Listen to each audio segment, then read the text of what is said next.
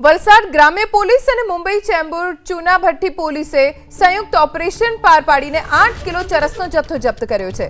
2 દિવસ અગાઉ ચેમ્બુર ચૂનાભઠ્ઠી પોલીસે 2 કિલો ચરસ સાથે રહીમ નામના આરોપીની ધરપકડ કરી, જે તપાસમાં વલસાડના ભાગલ ગામના નીતિન ટંડેલની પણ સંડોવણી ખુલી।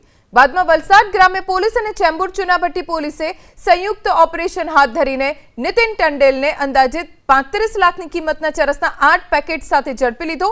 પોલીસે રાજ નામના એક આરોપીને વોન્ટેડ જાહેર કર્યો છે। મોરબી કે જ્યાં મચ્છુ 2 ડેમના 2 દરવાજા 2 ફૂટ સુધી ખોલવામાં આવશે। 23 એપ્રિલે સાંજે 4 વાગે 2 દરવાજા 2 ફૂટ ખોલવાનો નિર્ણય લેવામાં આવ્યો છે।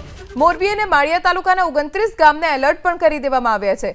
સમારકામના પગલે ડેમના 2 દરવાજા 2 ફૂટ સુધી ખોલીને પાણી છોડવામાં આવશે, જેથી નીચાણવાળા વિસ્તારના ગ્રામ્ય વિસ્તારોને એલર્ટ રહેવા માટે સૂચના આપવામાં આવી છે। મોરબી અને માળિયા તાલુકાના અંદાજે 29 ગામો છે કે જ્યાં એલર્ટ જાહેર કરવામાં આવ્યું છે, કેમ કે ડેમનું સમારકામ કરવાનું છે, જેના કારણે 2 દરવાજા 2 ફૂટ સુધી ખોલીને પાણી નદીમાં છોડવામાં આવશે।